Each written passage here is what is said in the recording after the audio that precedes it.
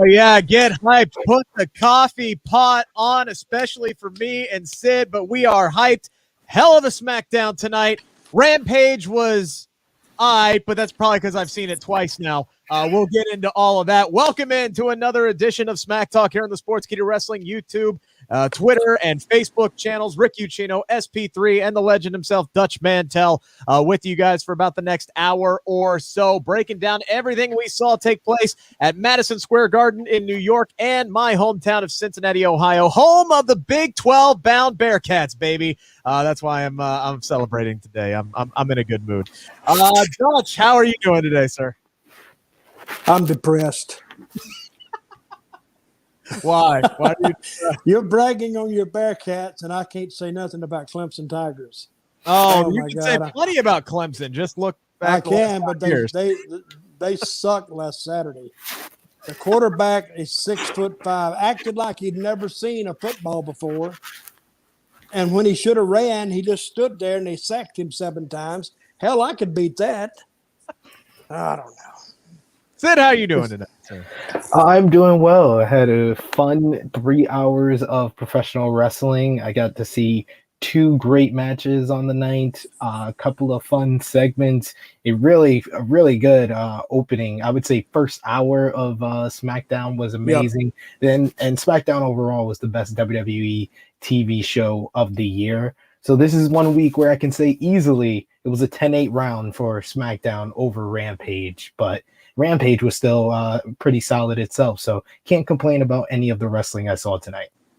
Yep, nope, I can complain about what we didn't see tonight, and I will. We'll get to that. But we're going to get to that. That is what we in the business call a tease. But we do appreciate everybody who has joined the show here late on the East Coast, 11:07 right now. Make sure to get your comments in. We got plenty of them pouring in right now. We will get to as many as possible. And I know send us some super chats, especially you, Ozzy, who wants to always make fun of Rick's Bengals and ask him to wear a suit. We want to see those super chats. Bengals are going to be 1-0 after Sunday. It's going to be a good weekend. I got a good feeling. The Reds won tonight. I got a good feeling about this weekend. I really do. I'm just worried about my fantasy team being 1-0. That's all I'm worried about for Sunday. Oh man. All right, enough football chat. Let's get into this. A lot of people talking about Rampage being entertaining tonight. Richard thought it was an okay show. Are you talking about SmackDown or Rampage? Please be specific. Ozzy says hi to myself, Dutch, and Sid. And Ozzy talking about the Buccaneers and whatever. Ozzy also saying that Seth Rollins messed up big time. We will get to that. But I want to talk about Seth Rollins' old cohort. Roman Reigns, who opened up the show tonight. Reigns, the Usos, Paul Heyman, the Bloodline coming down to the ring. Roman standing in there, taking a little subtle shot there, Sid. Says WWE owns New York City. Says he runs WWE, which means he runs New York. He runs Madison Square Garden. And you know what? The crowd was into it. We got a big Roman Reigns chant going on tonight.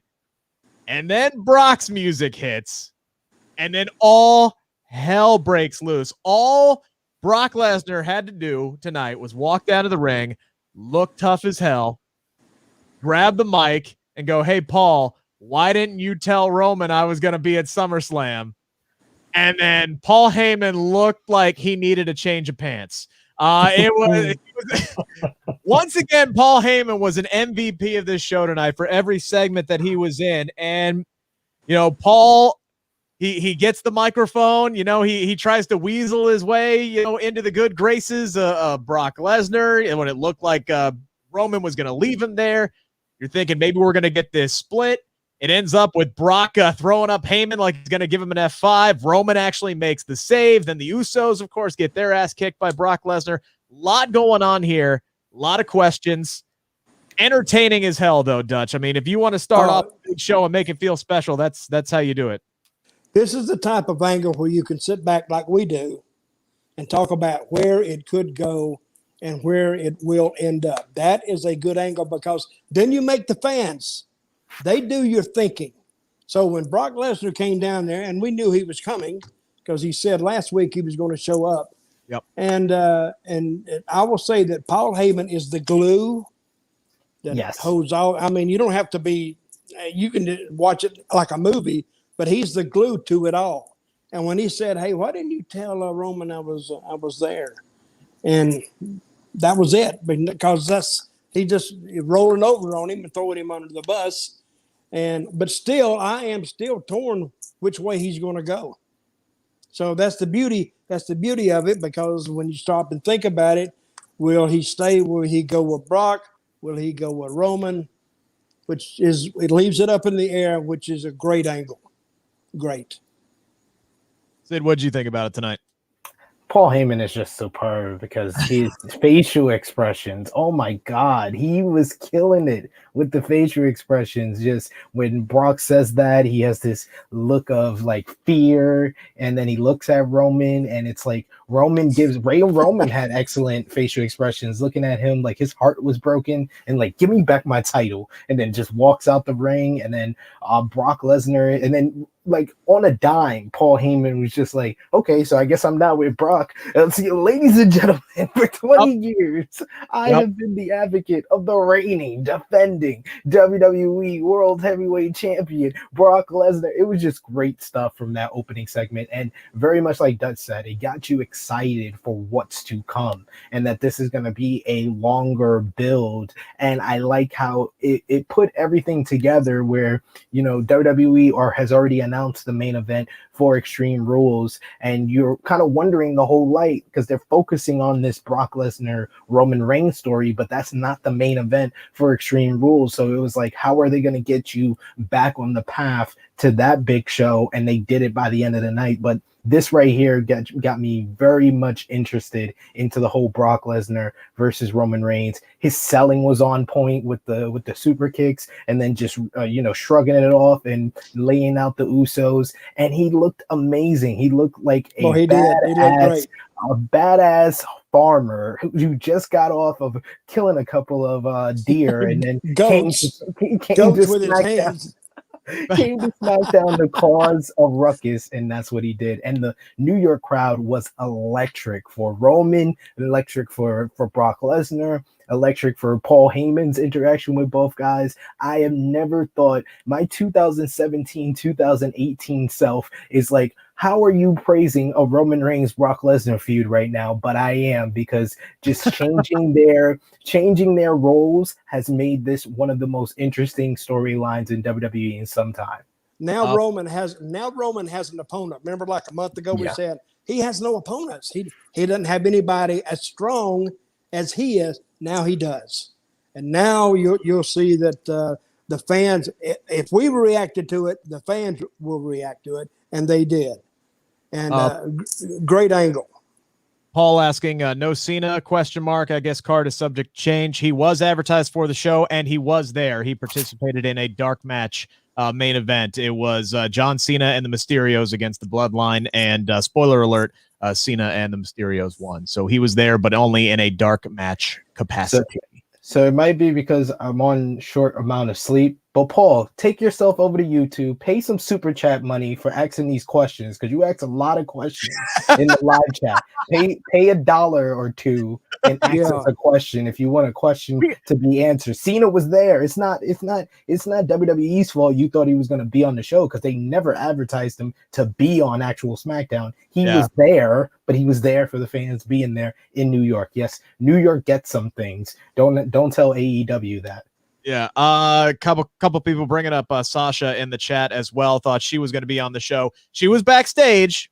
Nobody ever said that she was going to be used. I was expecting her to be used as well, but again, we will get there. And as the boss says, Raju says, pay all your money to us. Going full Danhausen there. Raju knows. Raju knows. See, I'm thinking about you, Raju. Raju basically is Danhausen. He's very nice, very polite, very evil, and is all about money. That's pretty much what Raju is about there. So there's our one Danhausen reference for the night. We don't talk about Ring of Honor very much on this show. No. But the Roman Reigns angle continued in the back with Paul Heyman. Another person who is very underrated in this whole storyline is Kayla Braxton. I absolutely love her just stalking Paul Heyman, trying to get the scoop, trying to find out, almost like she's trying to be the journalist, but at the same time, she has made this a personal vendetta to make his life a living hell just by being present. And she takes joy in it, and asking all the questions, wanting to know if Roman was going to give Brock Lesnar an answer tonight, because Brock did come out and say, I want a shot at the Universal Championship, which made you go, okay, but what about Finn Balor, right? Fast forward to the end of the night, the main event, tag team match, tag team titles on the line, a fantastic match between the Usos and the Street Profits. Ends where it looks like Profits are about to win the gold. Montez Ford hits that big-ass frog splash from out the sky. He was flying all over Madison Square Garden tonight. He either had a Red Bull or was amped up or something, but that boy had some extra energy tonight, which is saying something for him. Roman then gets in the ring and chokes him out, calls for the DQ. Street Profits get taken out, and then all of a sudden, what happens? What we believe to be the tease last week with the Demon Finn Balor showing up, stalks his way down to the ring, gets up in front of the bloodline, doesn't back down, crowd goes nuts, fade to black to end the show, which means it's going to be the Demon Finn Balor against Roman Reigns at Extreme Rules. And guys, and Sid, maybe. That is the main event, right? Yeah, that's the main event. Match at Extreme Rules, yes. Which makes me think. Unless they change it. I don't think they're going to change it, but they might. I said unless they do. Yeah, I don't think they are. But I'll tell you what, I don't think Brock Lesnar is getting that shot at the Universal Championship. I think Finn Balor's walking away with the title at Extreme Rules. He's undefeated as the Demon on the main roster because, ladies and gentlemen, as WWE has told us many different times, anything that happened in NXT doesn't really count. So his one loss in NXT as the Demon against Samoa Joe doesn't really count. So he is undefeated on the main roster as the Demon. So he will get another victory, I think, at Extreme Rules. I said it last week. I'll say it again. This is the first time in a year that I think that Roman Reigns can lose. Am I confident? My head is telling me no, Roman Reigns is going to win again, but my heart is telling me they love the Demon and they want to protect the Demon. This is their kind of their go-to thing with Finn Balor, and every single time they wanted Finn Balor to lose a big matchup, they have avoided the Demon coming in.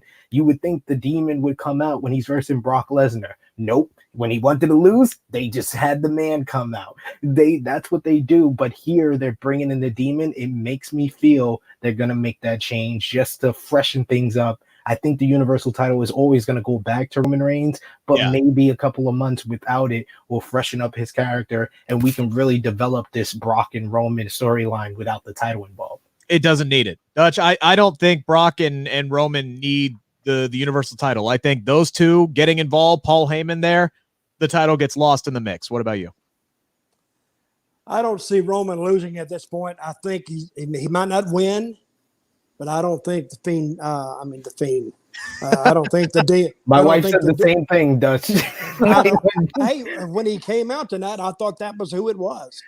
See, I'm not really familiar with the Demon like you guys are. Right. But I thought when they did all the smoke and all this, I said, well, there's the Fiend coming back. But I don't see him losing because I think what you got to realize is you're taking these guys, they will talk it and talk it and talk it.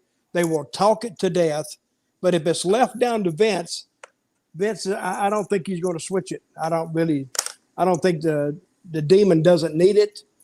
And Roman doesn't need it because he's undefeated in his last run back with WWF. Coming back from the injury, nobody's beat Roman, correct? Yeah. So, and you're right, Rick. Roman and Brock, they don't need a title, but it wouldn't hurt. I would. But then again, they may not want to put the title on Brock because he just meant to pick up and leave. Yeah, I mean, it all depends on his deal. I can't remember. I think it was reported he's got like 12 matches on his deal or something like that. So if they want to keep the Universal title on television, no, they don't want to put it on Brock. And I think to what Sid said, and this is kind of what we talked about last week, if they put the title on Finn Balor, it opens up a myriad of possibilities now. It opens up the entire roster to go in and now challenge for the Universal Championship, the entire roster that Roman Reigns has basically run train on for the last year now. So you can get guys like Kevin Owens. By the way, interestingly enough, he wasn't on the show tonight after the news broke this week that his contract was coming up, and he's expected to leave the company. That did not go unnoticed on my part. No. You can open up Sami Zayn. You can open up all these other guys who can now come in and challenge Finn Balor for the Universal Championship. And then Roman can still go off and be a badass. He can still be the leader of the bloodline. He can feud with Brock Lesnar. And then, yeah, when WrestleMania season rolls around, boom, there you can put the title back on Roman Reigns. And, maybe you do Big E. Could he cash in at Extreme Rules? Like we talked about at the top of the show, Dutch, we have options. Again, Big E was backstage stalking Paul Heyman with the briefcase. Another nice little, hey, I'm here. Yep. Don't forget about me too. A lot of doors they can open. And they've made these doors knowingly so they can, if they have to go through them, they can go through them, which is a sign of good booking. I don't know who's actually doing this, but it is a good plan to book because so many ways they can go now. And they can also use Finn to be a transitional champion if they want to save the Brock and Roman. If the plan is for the Rock to come in 2023, Brock and Roman is the biggest main event they can give us at next year's WrestleMania. So they can have Finn be that transitional piece to put the title on Brock and have Roman once again for the third WrestleMania try to take a title off of Roman Reigns, where he's actually over in the role that he's playing now. So this would be totally different than WrestleMania 31 or WrestleMania 34. So I think this is a route. There's a lot of different options they can go here. You know what? And the crowd would be hot for that match because of the role reversal. And then Vince could be backstage going, "See, damn it, I told you the crowd would love it. I played the long game, pal." You want to talk about long-term booking? This is such good shit. 7 years in the making. So once again, Vince would look like a damn genius. But there's so many options out there. You got Big E there.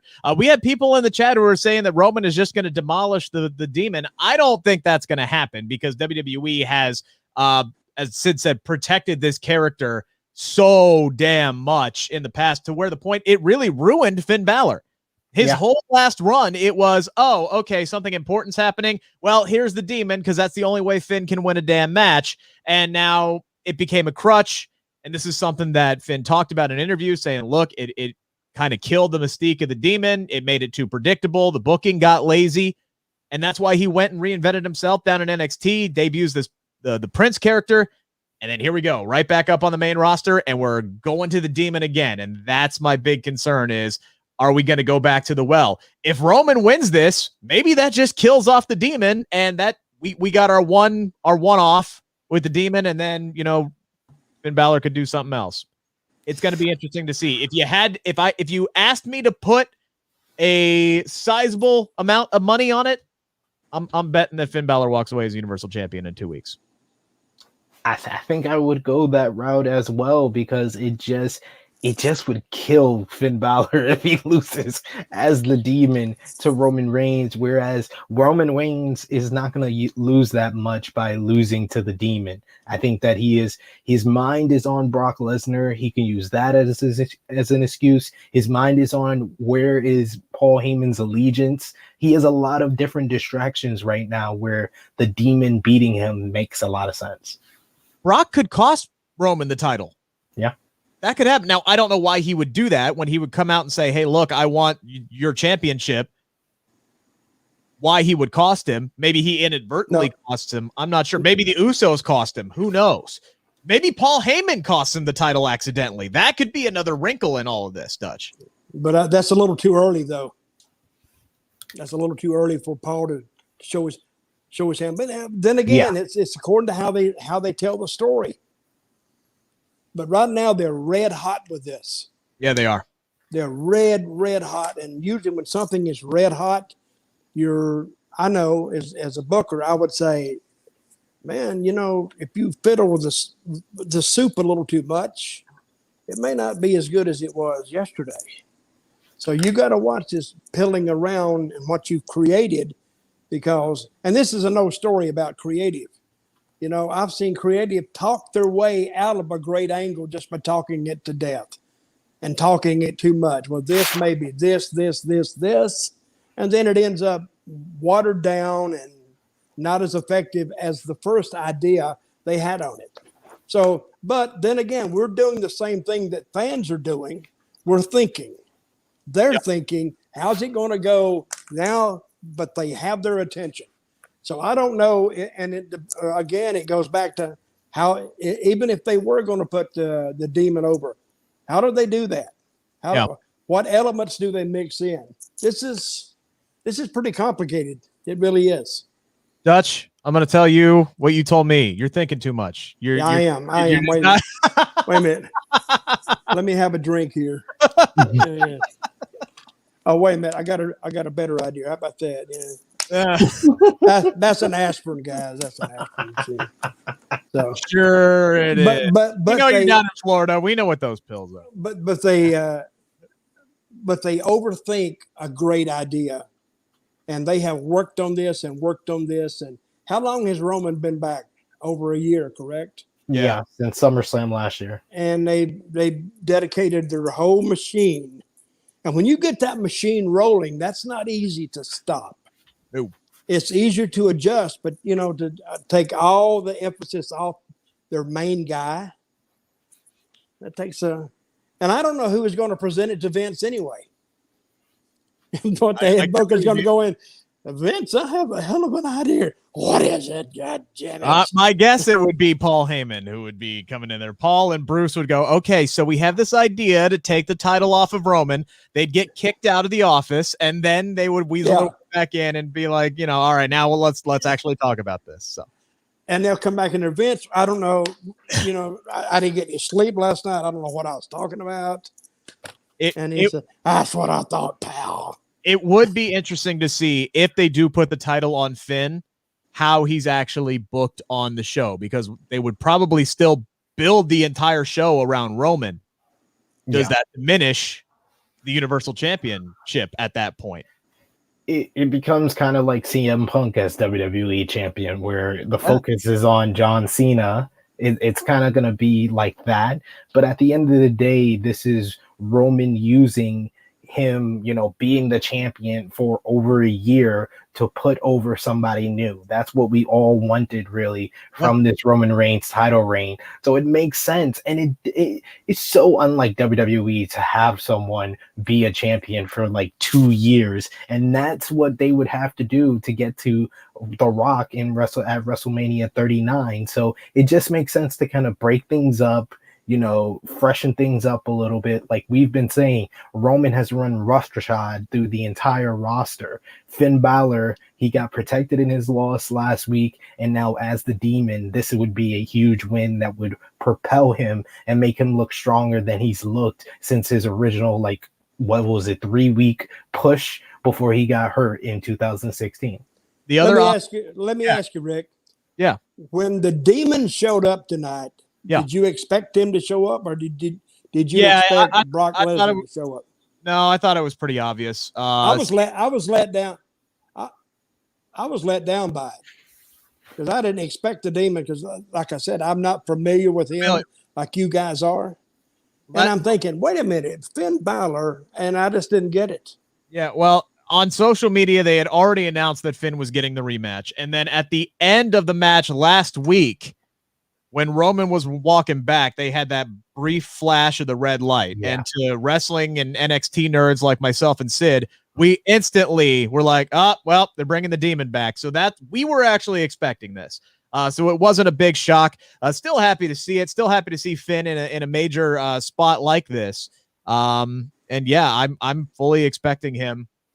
I'm betting on it.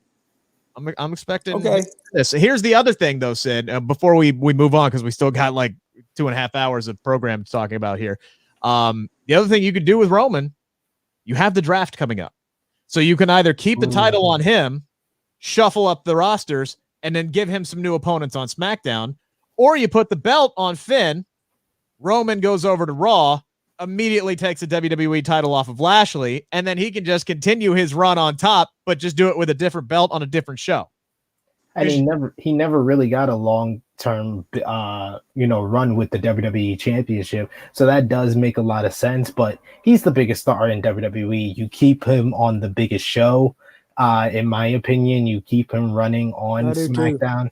So I wouldn't do that, but I can see them doing that. I get what you're saying, but at the same time, Raw needs a damn lifeline. They need something out there to gravitate and make the show exciting and make the show worth watching, because it is the show that generates the least amount of buzz between AEW and WWE.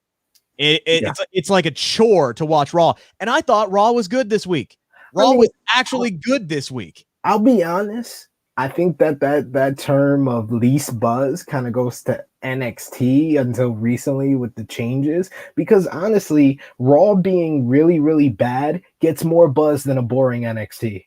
So, I mean, I feel like that's, negative or positive buzz is still people talking about the show. 9 times out of 10, people will talk about a bad Raw over a boring NXT. And in my opinion, they've done a good job of building up Bobby Lashley. And what the show needs is the Cesaros of the SmackDown roster, the Kevin Owens of the SmackDown roster. They need baby faces that have already been beaten by Roman that can be fresh on Monday Night Raw more than they need Roman to go over to Monday Night Raw. I agree with that. I'll agree with that. They could put the title on Finn and put him over on Raw, and then draft Lashley over to SmackDown. And could do that. There's a lot of different ways. And I'll tell you what, putting the title on Finn, if you're going to keep Roman Reigns on SmackDown, you got to come up with a creative way for Raw to go, okay, well, we're not going to take him number 1 overall because they always get the first pick. Yes. So you can't sit there and tell me that you can conceivably go, here's the number 1 star, or I guess according to PWI, the number 2 star in all the world, but the number 1 star in WWE. Yeah. We're going to pass him up for the number 1 overall pick the second year in a row. You got to come up with a creative way to do that. If Finn Balor forces their hand and says, well, I'm the Universal Champion, take me, that might make a little bit of sense. Ozzy with the super chat saying, I'm going on Dancing with the Stars like The Miz. I'm probably about as famous as half of that cast this year. That is a terrible cast, but I definitely cannot dance whatsoever. Sid, are you going to watch The Miz on Dancing with the Stars? If Ozzy keeps donating super chat money, yeah, I might as well, because Ozzy is listening. This is how you get featured. And you want our attention, you begging, saying our name in the live chat. That's how you do it, Ozzy. Thank you, Ozzy. Showing some love to the Sportskeeda Wrestling YouTube channel. Yeah, we got people putting their phone numbers out there. I'm just gonna block those people. Yeah, please do. Yeah, please now that do. I know how to, now that I don't have, Anyway. Drop that ban hammer. Drop that ban hammer. What do we got going on here, people? I think people are hitting on you. I think that's what we just hit 20K. Can we, for you still watching, can we get some moderators up in here? Like give Rick. That's what we hired Kev Kellum to do, and then he just stopped doing it. So it is what it is. But whatever. Give Rick some help. Give Rick some help here, please. All right, so let's move on to this 10-man tag team match tonight. Pretty much the entire SmackDown roster that isn't doing anything outside of Kevin Owens thrown into one match here. Sami Zayn decked out in New York Knicks gear tonight, screaming that he loves New York, and then he introduces Trae Young. And if you don't know who Trae Young is, he single-handedly eliminated the Knicks from the NBA playoffs this past season. Absolute great troll job. And then Trae Young gets tossed, ejected, shall we say, got the double T when he got involved with Rey Mysterio on the ropes. That ends up causing a distraction, allows the Mysterios and Big E to take out Sami Zayn. Fun match, meant absolutely nothing, just ate up time on the show. You really didn't need this match. Big E cut a promo at the end talking about he could cash in his Money in the Bank on Lashley or Roman. Could have moved that to a backstage segment. Didn't really need it. But it was what it was. It was fun. It was a nice little pop. They brought out a star for the New York crowd to hate, to get some heat. It was what it was. I didn't know who Trae Young was, so I looked him up. And then I read the background and why the New York fans hate him. They call him Ice Trae too. Yeah, Is that another name for him? They call him Ice Trae. Trae, outside of being a huge Los Angeles Lakers fan, I've grown up in New York pretty much my whole life. My mom is a Knicks fan, so one of my favorite things is to root against the Knicks. So Trae Young became one of my favorite players in the league when he silenced that New York Knicks crowd that embarrassed me for being a goddamn New Yorker and being a Lakers fan that is a winner. These Knicks fans celebrated winning one freaking game when you have to win 4 to win a freaking series. They celebrated winning one game like it was Labor Day in freaking Brooklyn. Like, act like you've been there before. I know it's been 8 years since the Knicks have been in the playoffs, but god damn it, you don't celebrate one win in the playoffs like you did something. You didn't do anything, and then you lost. You lost 3 straight games after that. You look like damn idiots. So I enjoy Ice Trae coming out. That was a Sports Center moment. WWE was very smart, and they kind of flex that they have that mainstream appeal still, because AEW a couple of weeks ago we talked about them having the NBA Finals MVP Giannis Antetokounmpo on Rampage. So WWE was like, we'll do you one better. We'll make one of NBA stars the biggest heel in the building, and they did just that. That was great. But WWE, they got the Logan guys. Yeah. They got the Logan brothers. They're as hot as anybody right now.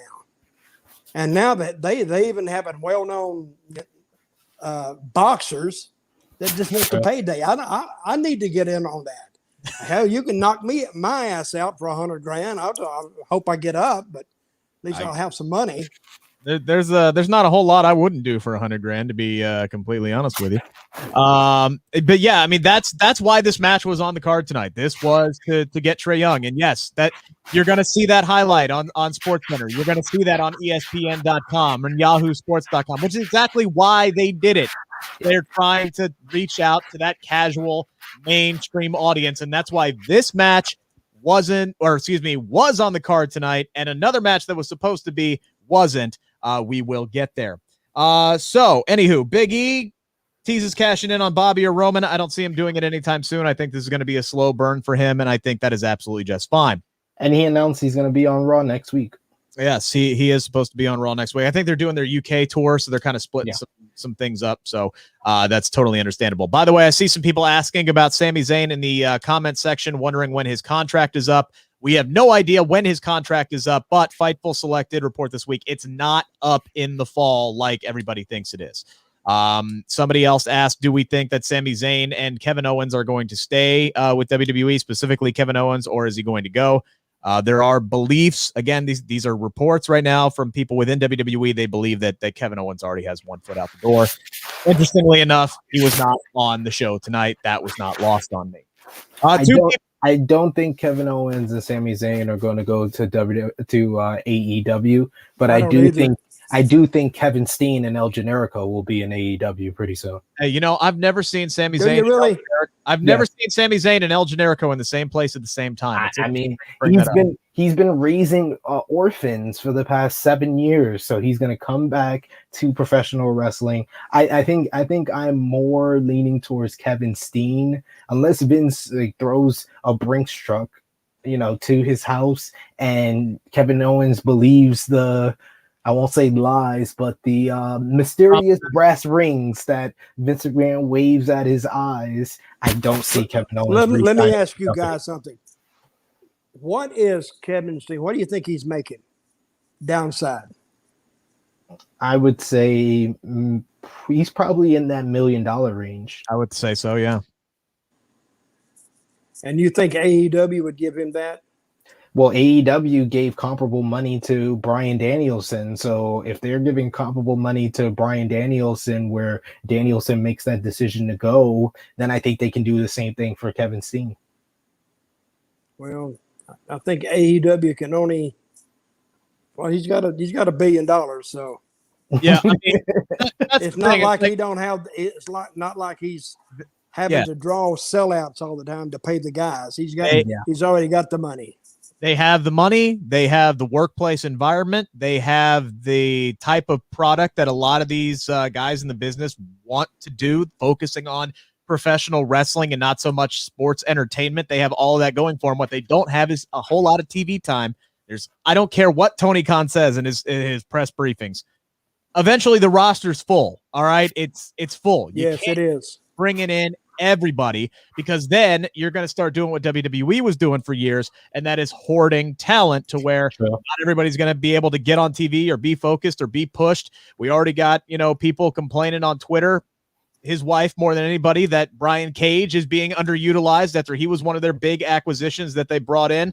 I mean, we're not even seeing Ethan Page on TV hardly ever. Don't get me started on Brian Cage, because this man is 38-6. He was in a world title feud. He's on TV every single week. How are you underutilized in professional wrestling today? If you're not sitting at catering for months, you're not underutilized. That's a BS reason. That's just somebody's wife who's sick of their husband complaining at home, who went on Twitter and wanted to cause a ruckus to get the attention of Tony Khan. For all of that, Brian Cage, I'm sorry, you were in a group with 3 different guys, one of them being a 20-year-old guy that hasn't wrestled or talked much, and he's more over than you, and his name is Hook. So I'm sorry, you can go to WWE and probably be more successful, or realize the difference between underutilized and not utilized to your best interests. There's a difference. And Duck, I disagree with you here. Don't see anyone ever wanting to leave AEW.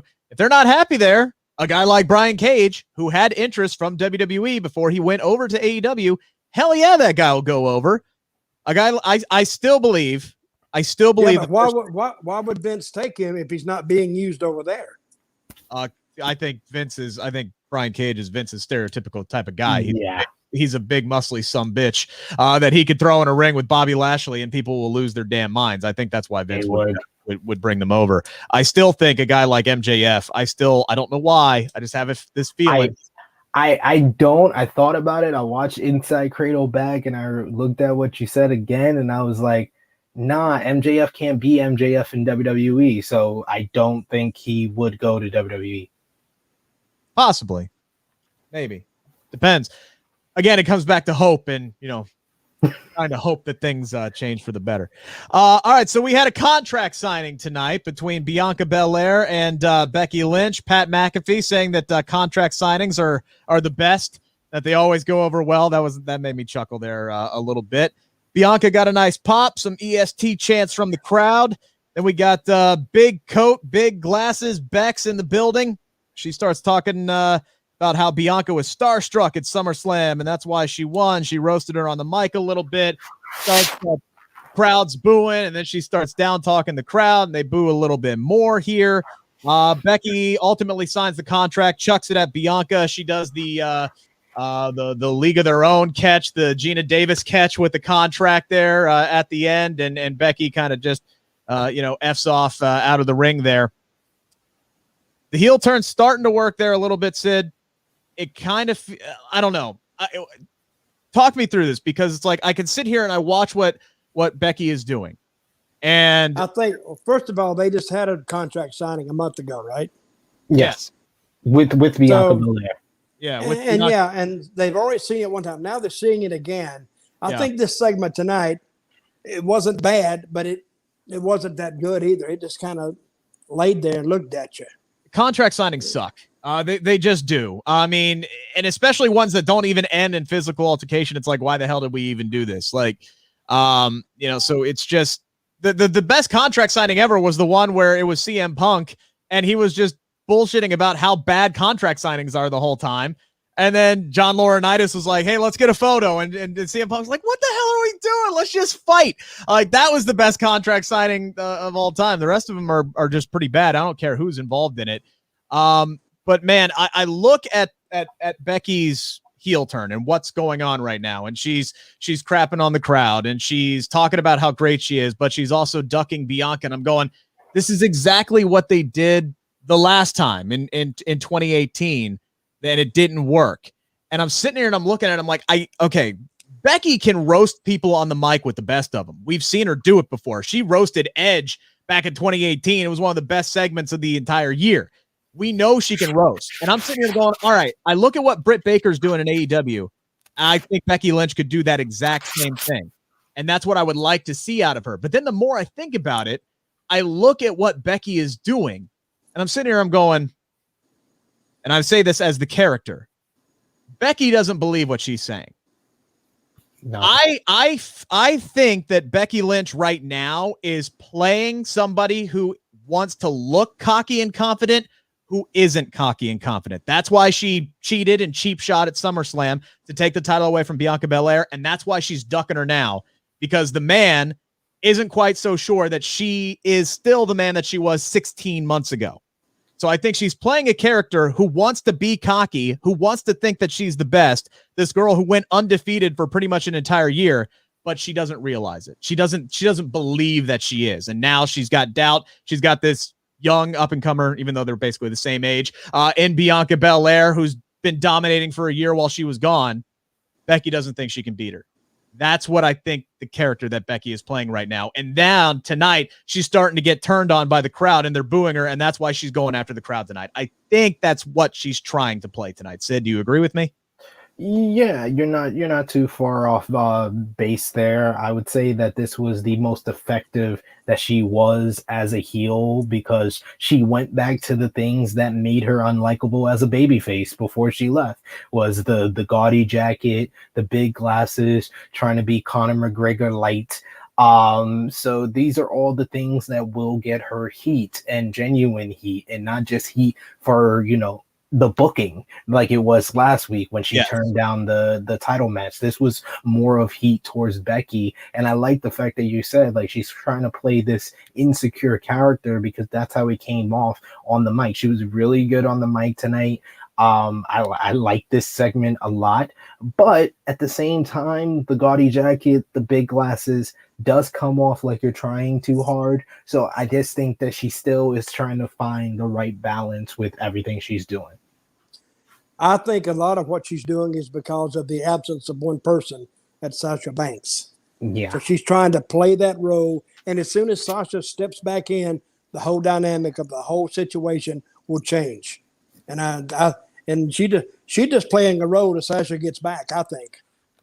And she is, and I think that's a great point to mention, Dutch, because she will look like the lesser version of Sasha Banks then, because Sasha Banks plays this cocky yet somewhat insecure point a lot better than Becky Lynch can. Becky Lynch can play the man. The man is her turning up her personality and her confidence in herself up to 100. Now she's trying to play a female version of Conor McGregor, which I don't think that's really the best role for her.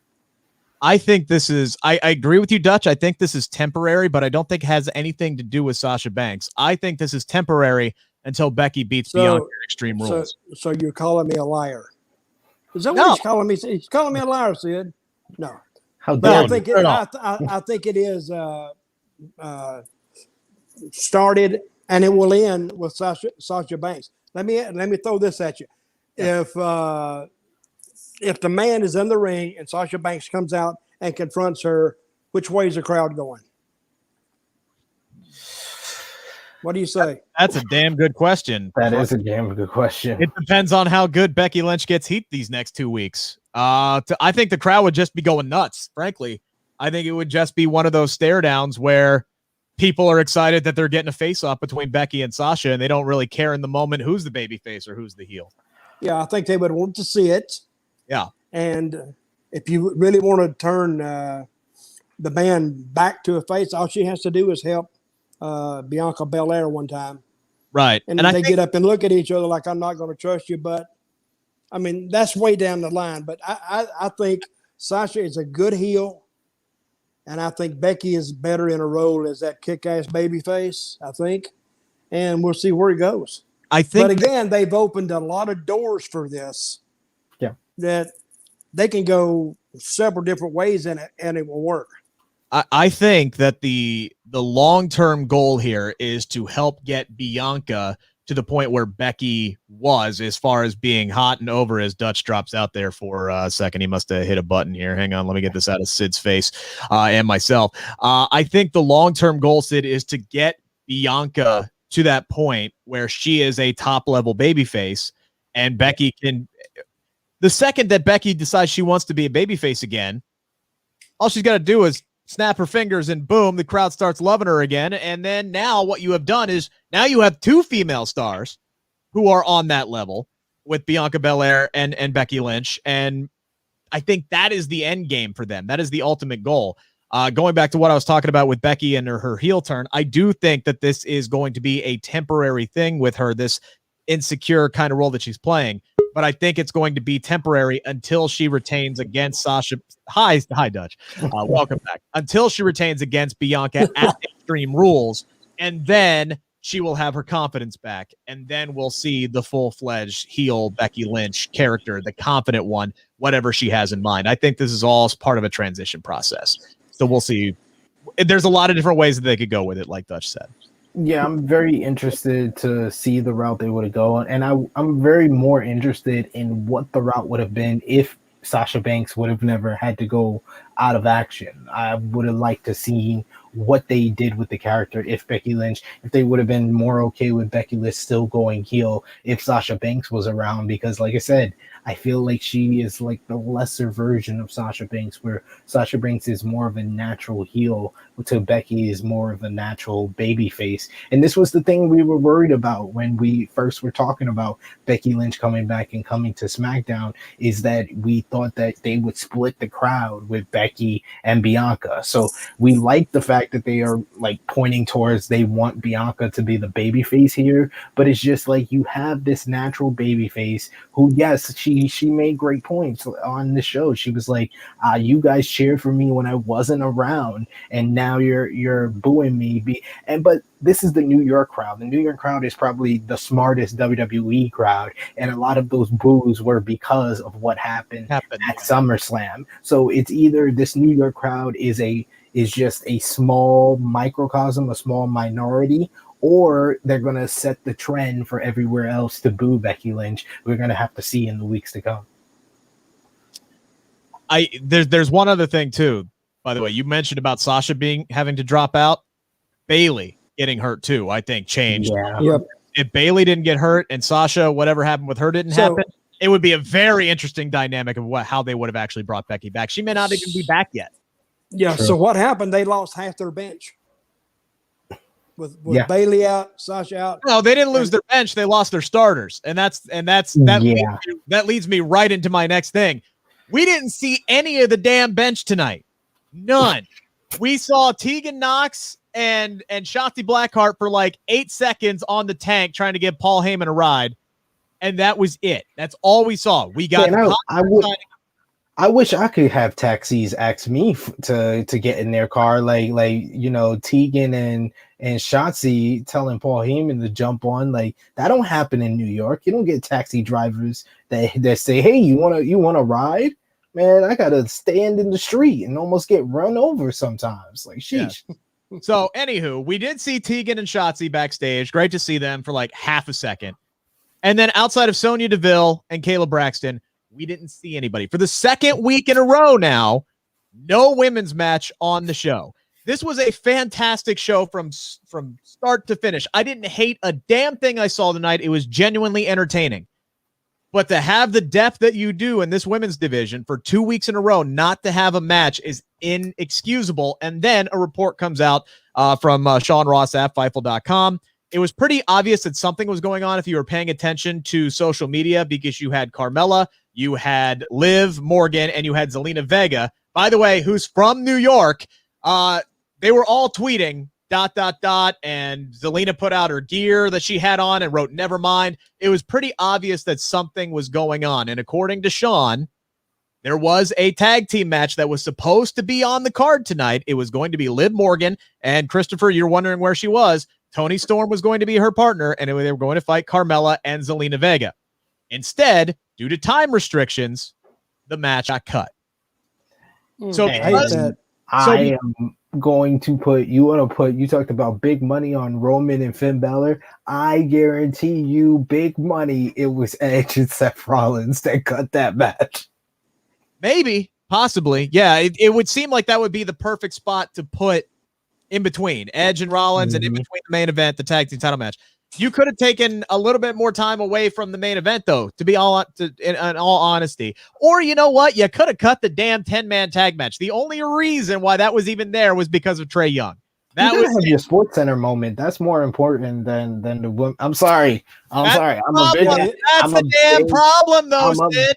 I'm a big advocate for women's wrestling. Don't get me wrong, but you got to put it's better. It's better for you as a professional wrestling fan. I'm trying to educate everybody. Dutch knows this. Put your Vince hat on when you think about WWE. And what is Vince prioritizing? It's getting on Sports Center or satisfying for women and professional wrestling fans. He's thinking about getting on Sports Center. So you don't. Edge and Seth Rollins was a great match. But did it need to be 25 minutes? No, it could have been just as great of a match in 20 or 15 or 17 minutes. So you could have cut that, and you could have gave us a short women's match in between the main event. Yeah, also, I agree with you. The main event could have been a little bit shorter to get to the demon, ending and stuff. So you could have cut down on that match. You could have cut down on Edge and Seth Rollins, and there would have been room for the women's match. But don't tell me the 8-man tag had to get scrapped because you got 10 guys on the show and you got your Sports Center moment. I think that's more important. The match meant absolutely nothing, and that's why I would when I look at things that are on the show, everything mattered tonight. Everything had some kind of a ramification on it. You're trying to tell me you're trying to tell me that women's tag match that you just named would have mattered more than that 10-man tag? No. Maybe we don't know because we can't get these damn women on the show. They can't build anything if you can't get them on the damn show. That's not building anything. That's literally to just get the women on the show and have us a women's match. Start, Sid. You can't start a program if they're not on that fucking show. I'm sorry. Now, I think we need to stop this profanity, Mr. Ucchino.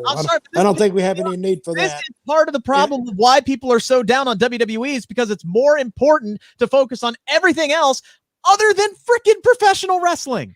That's part of the problem. When I cook a nice steak, I cut the fat off of it, and it's a much better steak. If I kept the fat on it, yeah, it could still be the same quality, but when I cut the fat off of it, it's a perfect steak. And that's what I feel was Seth Rollins and Edge. It was a great match, but if you cut the fat off of it a little bit, it would have been a much better match. And that fun tag team match between the Usos and the Street Profits, that was like your mashed potatoes. But if you add a little gravy and you don't make the mashed potatoes as thick, it's a much better mashed potatoes. So you didn't need that to go along. You cut the time off of those matches. Yeah, Rick is telling you, buddy.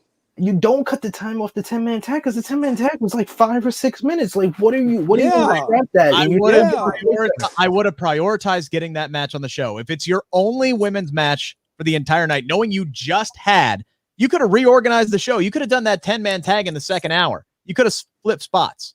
They would have found a way to get it done. I guarantee you, if they had that Trae Young spot in the second hour, they would have found time to squeeze that in. They would have cut from the main event. They would not have cut Trae Young from the show altogether. They were worried about putting him on the show. They didn't give a damn that they cut that women's tag team match out. And again, another difference between WWE and AEW. WWE cut Zelina Vega from Madison Square Garden in her hometown, and AEW put Brian Pillman on in the main event in Cincinnati. That is the freaking difference between these two companies. I don't even think you're in the right ballpark with that analogy at all. They're looking for Sports Center to get the eyeballs on it, and Zelina Vega in a local market like New York is not going to matter putting Trae Young on Sports Center. I got to agree with Sid on this. I get it. I understand it. I understand the casual audience. That's why you put Bad Bunny in a tag team match at WrestleMania. I get all of that. But sometimes, just sometimes, you got to focus on morale. You got to do something for your hard workers, and you got to do something for your actual P1 core audience, your hardcore wrestling fans in New York who maybe wanted to see a damn women's match and maybe wanted to see their hometown girl wrestle tonight. Didn't even maybe they saw a girls match. They did in the dark part of it. Yeah, they had Charlotte and Rhea wrestle as a pre-show match before things got underway tonight. So, but I did want to see that Tori Storm. I did want to see her. I know it sucks that this got cut. Hopefully they do a better job of trying to put it on. It just ticks me off. We didn't even see Naomi on the show tonight doing anything with Sonya. They did some stuff on social media. If you wanted to see Naomi tonight, that's out there on social media. She cuts. And let me just reiterate that we both want this women's match on the show. I just think we're differing on how to get it on the show. That's what the debate was. Truly Heel Romeo says they were selling 9/11 segments all night long, which was really, really great. Nobody has a stronger connection to 9/11 than Zelina Vega, who lost her father to that. So that man has a great point. So you should check him out. He does. True Heel Heat YouTube channel. Yeah, he does have a great point. I would not. Now, what's his name? Truly Heel Romeo on the True Heel Heat YouTube channel. Romeo, just send some money and we'll put you over a little more. Put him over. He did. He sent $5. I would not. Any way, shape, or form, I would not have cut this women's match tonight. And one thing's for sure is you pissed off the internet community, and you pissed off yourself as well. But 2 weeks in a row with this stacked women's roster, you don't have a match. You better have 3 damn matches on this show next week. You got to make good. That's what we call in the radio business. All right, you cut spots. You better make that crap up the next week. I got to censor myself. And it's crazy. It's crazy that the last time they were in New York, the best match of the night was the 4 Horsemen tag team match with Sasha and Bayley versus Charlotte and Becky. So then you go 2 years later, they're not even on this show besides a contract signing. And again, like last week we talked about how they got like 9 women on the show last week. And we talked about, or at least I brought it up, it felt very Divas era-esque. This was tonight as well. The only women's match on the entire card cut for time restraints. All right, that's a very Divas era-esque thing to do. So again, I'm a little heated about this. Obviously, I would not have cut this match in any way, shape, or form. I would have found a way to get it on the show. You're thinking too much, Rick. You're thinking way too much. I know. Everything that was on the show. You thought so much.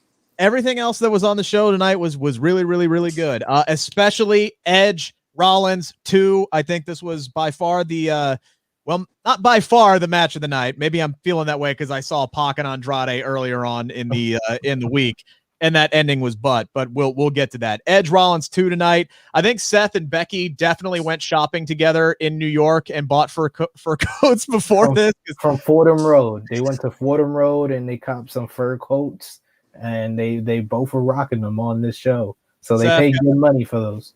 Seth got the big fluffy black one going on tonight. This was just great storytelling in the ring. Both of these guys trying to pull off each other's moves. Now, Seth did kind of screw up the glam slam there, going for Beth Phoenix's finisher there, Edge's wife. They made that up. They got to make good after that. I'm sure Seth was like, that sucked. Let me do it again. Yep. And then he finally hit it down. Edge hits a pedigree. Rollins kicks out. The buckle bomb worried me tonight. I'm sitting there like, can we not do the damn buckle bomb to Edge, please? Because that is the move that almost like ended Sting like forever. Can we not do that? Fantastic false finish on the spear tonight. And then Seth just goes like full, I'm just going to beat the hell out of you. He hits him with so many damn kicks. And at the end of the match, Edge knows he's beat, right? He looks like Eric Bana in Troy. He's just sitting there waiting for Brad Pitt to just end him. Like there's nothing he can do. He knows he's done. He gets kicked 1,000,000 times in the head, and then he finally gets the stomp. And then Seth Rollins was just so brilliant at the end of this, where he's like, "Oh, what have I done? Do I regret this? What did I go too far?" The way he sold that, and then reluctantly in the back during the interview. Yeah, and then the interview after that attracted my attention. I went, no. Yeah. I was thinking the same thing. Wait a minute, is he sorry he did it, or is he? And he was trying to. I don't know what he was trying to portray, thinking about what he had done, or he's going nuts. But it was effective, whatever he did. So he got my attention. I mean, this is something that Sid that they've been building up to for 7 years. Yeah. Seth hitting that stomp on Edge, and that meant something. It was, what is this going to do to Edge? Edge is like, this could end my career. This could kill me. I mean, they really sold that. And then when Seth finally hit the curb stomp and Edge was out and not moving, it's like Seth, went out of character and turned into a human being and was like, oh God, I might have just murdered or paralyzed somebody. And I think that's what he was trying to get over, is like, was it worth it? I think that was the question that was running through Seth Rollins' mind after he hit that tonight, and it was portrayed so brilliantly on screen. Because he cut the promo in the lead up to SummerSlam that you wouldn't have this comeback run with Edge if he would have hit that curb stomp 7 years ago. So, and then the matchup at SummerSlam brilliantly built up to this moment because Edge kept avoiding and evading the curb stomp in that match. So when he hit it here and they had the great build up to it, I thought that this was what really took this match over the top, was how great that ending was, because Seth got the advantage on a low blow, so you protected Edge, and then he just bombarded him with super kicks. It was super kick after super kick after super kick until Edge could not even defend himself, and then the curb stomp, and then the way Seth slowly got the cover, and you had the face of apprehension. This was just great stuff, great storytelling from these two guys, and they delivered a really tremendous action throughout this whole matchup. I thought that this was by far the match of the night between both shows. And I think this means where does it go from here, though? That's the point. I think it means two things. One, we're not going to see Edge for a while. He's going to take some time off. And two, we're going to get Rollins Edge 3 inside Hell in a Cell. I think that's exactly where this is going to go. I don't know who comes out in that matchup. I don't know when it takes place, but I think it's going to be a bit. I would be stunned if we see Edge again this month or next month. Maybe this takes place at Survivor Series. I'm not sure, but Edge ain't going to be around for a while. He definitely ain't showing up next week because that would just be dumb. But yeah, I think sooner or later, Edge is going to come back for Rollins. He can't not. It's not like he's just going to sit there and let this go. So the long story, we're gonna get Edge Rollins 3. I don't see it in Hell in a Cell because they just did the Hell in a Cell pay-per-view, and they don't, unless it's that week and Fox and USA complain about not getting a Hell in a Cell. That's the only way we'll get another Hell in a Cell this year. So I can definitely see them leading to a bigger blow-off. I don't think Survivor Series, because I think they're going to still keep with the theme of Raw versus SmackDown, unless they do like a Universal or WWE Championship match. I think that's the only way they don't do a Raw and SmackDown match. But I can definitely see Edge doing what Edge does and him returning at Royal Rumble and then possibly doing this for WrestleMania. I can see that. Well, interesting. Dynamite drop in, Monty. All right, but I think overall this was a really, really great show tonight. We talked about the main event. I think the Street Profits are going to get another match, so they're going to run this one into the ground. They're going to keep putting the Usos and the Street Profits in matches together. But, as much as I hate rematches, these two teams work extremely well with one another. I think these guys are going to get maybe a ladder. Oh, man, how fun would a ladder match be between these two guys in Extreme Rules? Put it in my name. When's the last time you saw a 2 out of 3 fall match? Ooh. I think we brought this up the other day. That would be a good gimmick match for those guys. I agree with you. That's actually much better. What we got for Edge and Seth Rollins, he had 3 stages of hell, but they won't call it that, unfortunately. So yeah. See, a tag team match is so old, it's new. Let's give it to the Usos and the Street Profits. I actually like that idea a lot. Like, give them a 2 out of 3 falls match, and it would be great because I've seen the Usos in a 2 out of 3 falls match against the Wyatt family in 2014, and that's one of the Usos' best matches that they ever had. So I can see them delivering the same quality with the Street Profits. How much you want to bet, though, that they put $4? They put the Usos and the Street Profits inside of a steel cage at Extreme Rules to try and match what we saw at All Out. Oh God, don't do that. Don't do that to yourself. Don't make us compare because you're not going to be able to compare to what the Lucha Bros and the Young Bucks had in one of the greatest tag matches of all time. Don't do that. Don't do that, I think if WWE. there's any two teams that could work outside of New Day and the Usos, I think if any two teams could even come close, I would put the Profits and the Usos together. I think if anybody could come close, but I wouldn't do it. I'm just saying WWE has the balls to think that they can do anything bigger and better. They might try that. I think it would be a mistake. Let's move on to AEW Rampage, which I think this entire show was bass backwards tonight. They closed it out with the hometown kid, which I understand, but Brian Pillman ain't big enough to be in the main event yet, and I say that as a Cincinnati guy. Even when you can watch this match back tonight, the crowd didn't really seem to be into it. Part of that was that we're on like 5 hours at that point because Rampage taped really slowly. So we had all the elevation stuff, then we had a 2-hour show, and then they were filming Rampage basically over a 90-minute stretch, and it was a lot. And the crowd was pretty dog tired. It was about 11:48 before I got out of there. So that's why I saw empty seats. Yes. Yeah, there were some people who were leaving from Rampage. So yes, Cincinnati was sold out for Dynamite for the tickets that they allotted, but there were some people who left pretty much right after Pac and Andrade. You saw a flood of people, which might have been smart on their part to film that match first.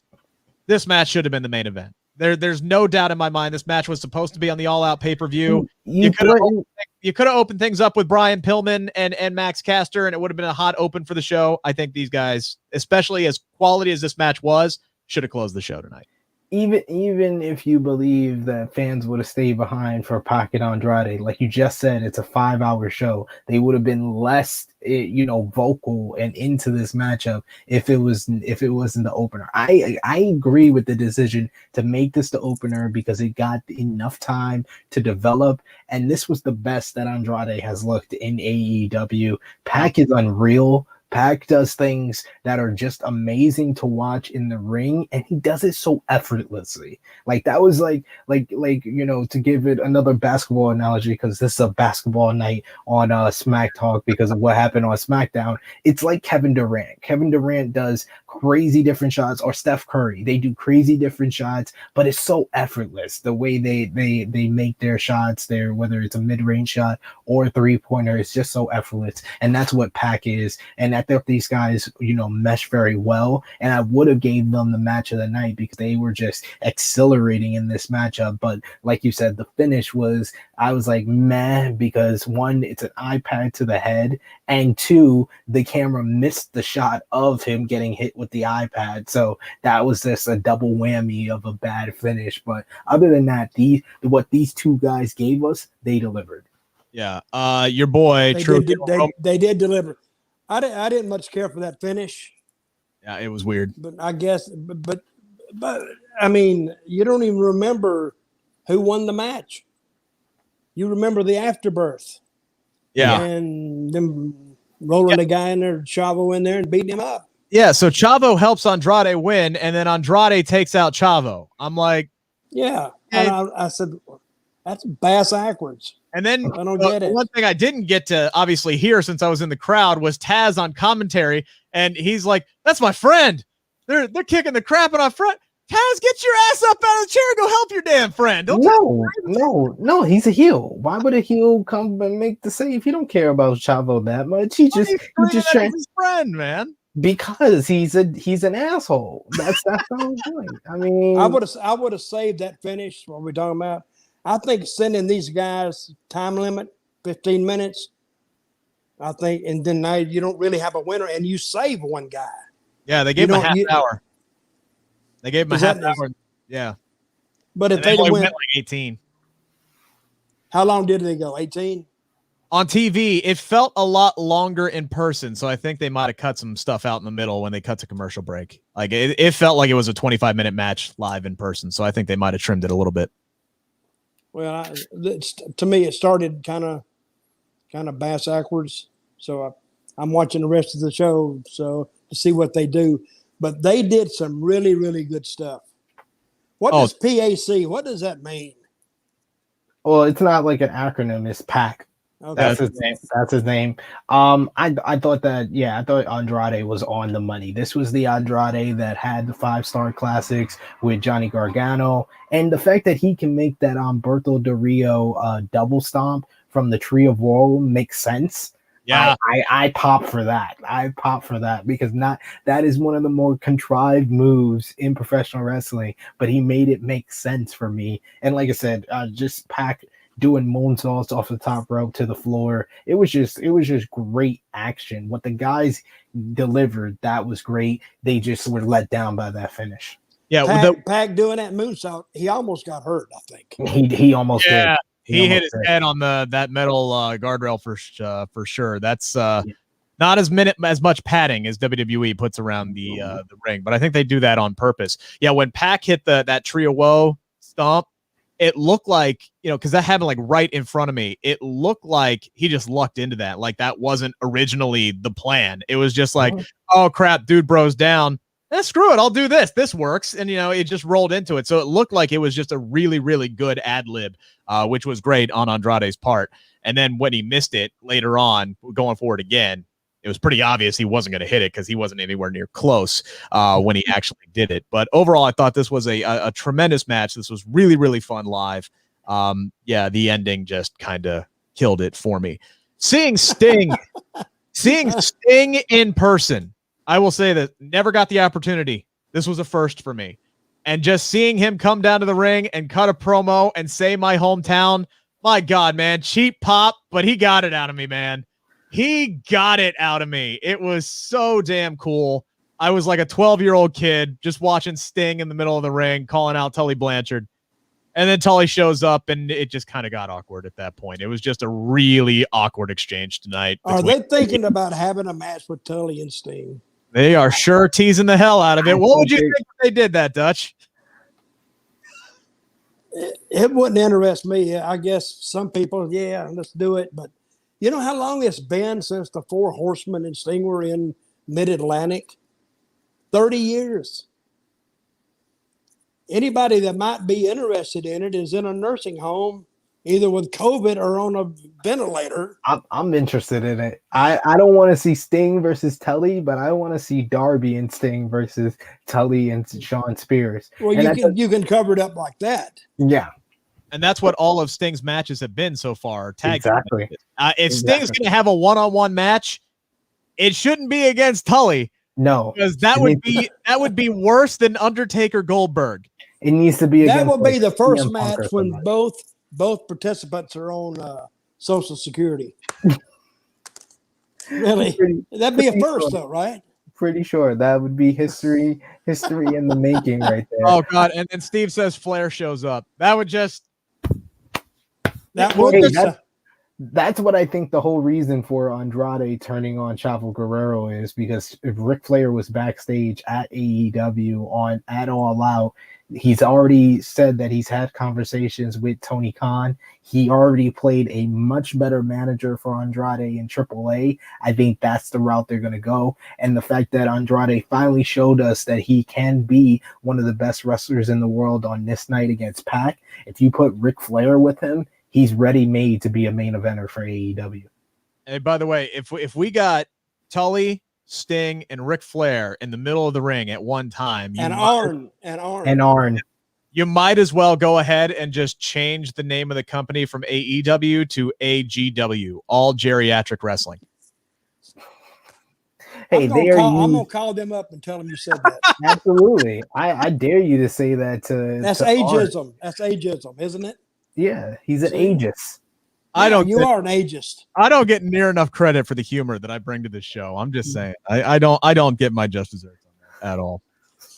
So we'll see what happens. Shawn Spears did show up and take out Darby Allin.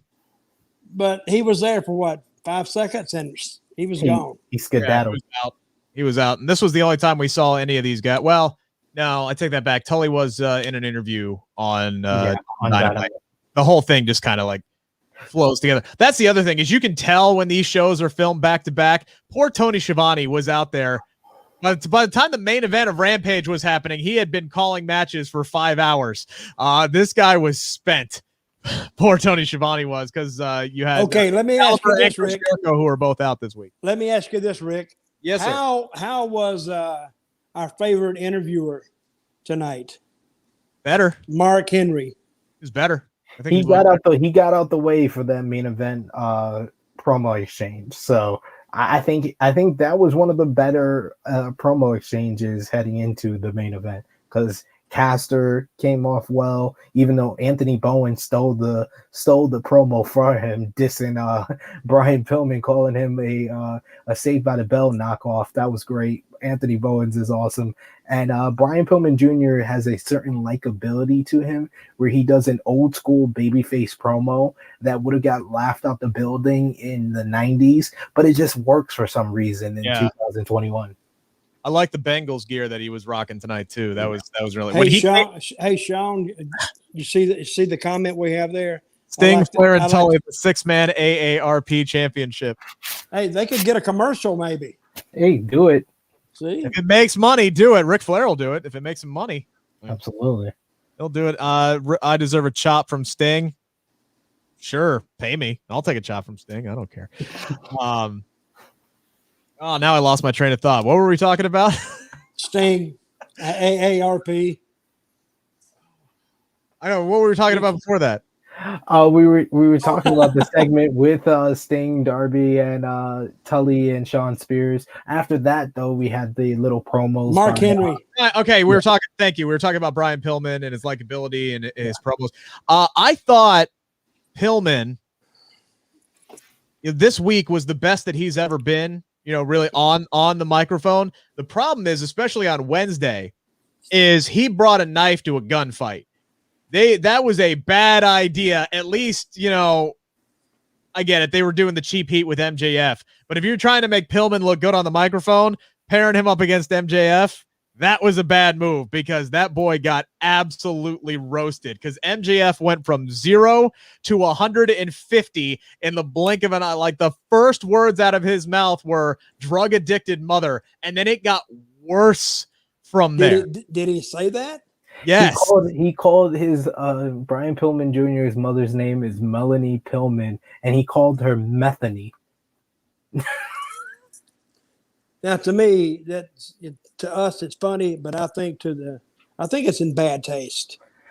I really do. I mean, I would say that, and I kind of. What if you heard an NFL? What if you heard an NFL football player saying that? Well, if they are actually friends in real life, I wouldn't be as offended. But yeah, I mean, to most people, it's going to be offensive and cross that line. So I've even been seeing it on social media. But for me, it's MJF, and MJF is totally tuned in and dialed in on his character, and he takes things across the line, and that's what. Well, he sure does. I like him because he's a heel 24/7. Yeah. I like that about him. But when you get out in front of a crowd and you got kids out there and you got people watching and you got advertisers, I think that's going over the line a little bit. I don't know why they didn't bleep that. Because I think the bleep is better than you can maybe say it in a live house show. But to let it go through and go through all those eyes and hands and ears and hear that and they let it go through, they intended for it to go through. So I don't understand that at all. Yeah, then you look at what WWE did tonight, and everybody is screaming, holy shit, and this, that, and the other thing. And WWE literally just, they had 8 seconds tonight where it was like dead silence on the show, just waiting for the chance to die down tonight. So that's WWE going, hey, we're on Fox. All right, let's not take any chances whatsoever with sponsorships whatsoever. And then you literally have MJF. But he was talking. Tell Brian Pillman that his mom should have swallowed. Should have aborted him. Yeah. I would hope, especially with MJF interacting with Brian's family who were in the front row, and I would hope the things that he said that they talk about this beforehand, and MJF said, hey, look, I'm going to say some shit. But that's MJF talking. That's not actually me. MJF is actually real life friends with to take the pull back the curtain a little bit. He's actually real life friends with Brian Pillman Jr. So I am very much sure that he probably didn't tell him exactly what he was going to say, but he probably got along the lines of what he was going to say. So what did he say about his dad? Oh, he didn't really say anything about his dad. Yeah, he talked about the people that are alive, and it's the fact that I think that if Melanie was still suffering and still with her problems, he wouldn't have said that. It's the fact that Melanie has a better relationship with Brian and is on the recovery path, which to me it makes it a little bit more okay. Well, it's been 25 years. Yeah, exactly. But, still, I think when you talk about a guy who's passed, I still think that's in bad taste. That's what I'm saying. He didn't do that. He only talked about the people that are alive. He called his Brian's sister 16 and pregnant.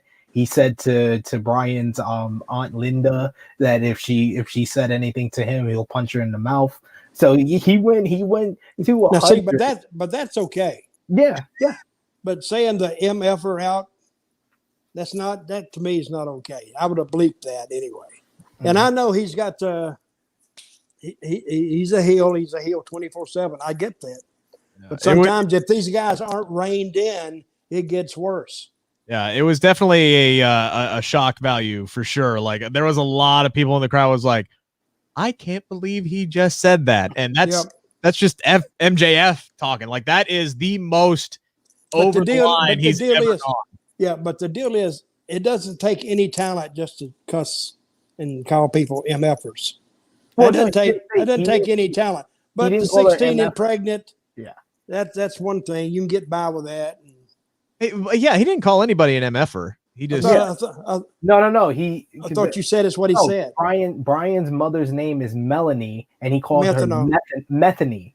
That was it. He didn't say MFer or anything like that. So that's what I'm saying. I understood you. You thought I thought he said that, but I misunderstood. Yeah. My apologies. No worries. Not really. Anyway, so it sets up the main event tonight, Pillman versus Caster. Thought it was a pretty good match. The crowd was exhausted, obviously. Cool that Brian won with the flying clothesline.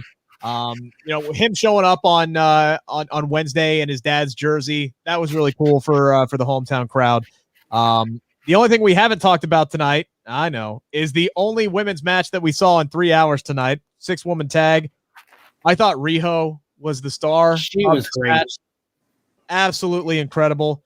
Ruby gets the win. She's now beaten Rebel and Hayter. Kind of set up things. Now she's taken out both of Britt's cronies tonight. It was great seeing Britt get to do her thing in person. This was a nice little match. A little sloppy at times. I think Rebel missed a couple of spots in this one, but again, Riho was the absolute star. Such a pleasure to see her back in the ring. She's one of the more natural baby faces in the entire women's wrestling, honestly, because what she can do in the ring is just special for someone who's undersized in her ability. But I love that babyface team. That babyface team was popping me the entire time. Chris Statlander looked good. Ruby Soho gets the win. The heel side, I feel like Jamie Hayter is one of the best pickups that's kind of underrated for their women's division. Britt Baker, of course, is an absolute star. But my only criticism is Rebel is god awful in the ring, and just keep her at ringside. God awful. She's not that good. Yeah. How big is that Statlander girl? She's a big girl. How big is she? I don't know, to be completely honest with you. I don't know her size, measurements, and weight. I'm not even going to guess. It's not polite. But she was bigger than the little Japanese girl. That is a fact. That is a stone cold fact. And part of the thing is I think they know that Rebel, has her issues in the ring, and that's why Britt Baker will even say, "Well, we know Rebel's not going to win this," or okay, you might cost us the match, so just stay in the corner. And Britt will play into those kind of things, and she's really smart. That's what makes her so damn good on the ring, in the ring. I do have to agree with Saul here. Ruby, since showing up, she's been there for a week now. She has been absolutely on fire. It is great to see her get a spotlight and get a chance to show what we all know what she's been capable to do. That line from Britt Baker this week where she said, "You've spent the last 4 years in catering," was just absolutely savage. That was good. That's the kind of stuff I want to see out of a heel Becky Lynch. Like, I know Becky can roast people on the mic just as well as Britt can. And I'm not saying she needs to be a carbon copy of Britt, but I want to see more kind of stuff like that out of Becky once she gets her confidence back in her, because that was absolutely savage. It's going to be interesting what they do with Ruby, but I like to see how they're building her up because she's getting this title shot awfully quickly. But this is going to be a hell of a match whenever it goes down, Sid. I totally agree with that. And I think the only other segment we haven't mentioned was the little promos from Bryan Danielson and Adam Cole. And in like 45, 50 seconds, they got both of their characters down perfectly. So like I said, this was a very solid episode of AEW Rampage. Any other week, it probably would have been better because it's 1 hour compared to 2 hours. Would have been better than SmackDown, but SmackDown put on their best show of the year. So this was a good 3 hours of professional wrestling overall, though. Dutch, any closing thoughts, any stories you want to tell or share with the audience this week? Well, I did before we talked for 3 hours and 15 minutes. I'm talked out now. So, but hey, I'm telling stories. I'm doing story time on Facebook where I will write a story, and that's happened to me in the 50 years I've been in this business. Some of them are funny, some of them are sad, but it's real life, and they're all true stories. I'm not making anything up. You can find me on Facebook at just Dutch Mantell at Facebook, and come over there and read some of my stuff. Well, next week we'll try to get you to tell a couple of those on the air as well. And what he's saying is that Sportskeeda Wrestling, get this man another show, hire him for another day of the week, and he can have a whole nother show telling his stories. Like, come on. Just You know you want to hear that. Just get Dutch on a big chair like Santa. He can open up like this big fairy tale book, and he can just start talking and reading. It'd be a little campfire next to him. Everything would be exactly great. Hey, that's a good idea. That's a good idea. I like not to end the show on a down note, but we here at Sportskeeda, we're asking you guys to keep one of our own in your thoughts and prayers, if you would. One of our writers, one of our Impact writers, Greg Bush. He has been in the hospital for a couple of weeks now, on a ventilator, battling COVID-19. He's making improvements. The virus is out of his system now, according to updates that we've been getting, but he's still in the ICU. He's fighting like hell. We're wishing the best for Greg. We're all thinking about you every day. Good, sir. And hopefully we'll be talking and laughing it up in the chats and everything. So please keep Greg in your thoughts as he goes through this. It sucks. It's been tough, and for him, his family, I'm sure. So we're all hoping for the best for Greg. But it has been almost 90 minutes. It's way past Dutch's bedtime. So I think we are going to wrap up another edition here of Smack Talk here on the Sportskeeda Wrestling YouTube channel. We'll be back next week. Got 2 more shows to break down, 11:05 Eastern Standard Time. Sid, real quick, they can catch your show tomorrow where? On the True Hill Heat YouTube channel, 11:05 a.m. Eastern Time, with special guest Jarrett Bailey of Sports Illustrated. So go over there. Nice. True Hill Heat. Subscribe to the YouTube channel. Thank you, guys. It's been great, as always. Thank you, Rick. Thank you, Dutch. Thank you. We all need to get some sleep now. Yes, everybody enjoy a weekend with NFL football, baby. We'll talk to you next week.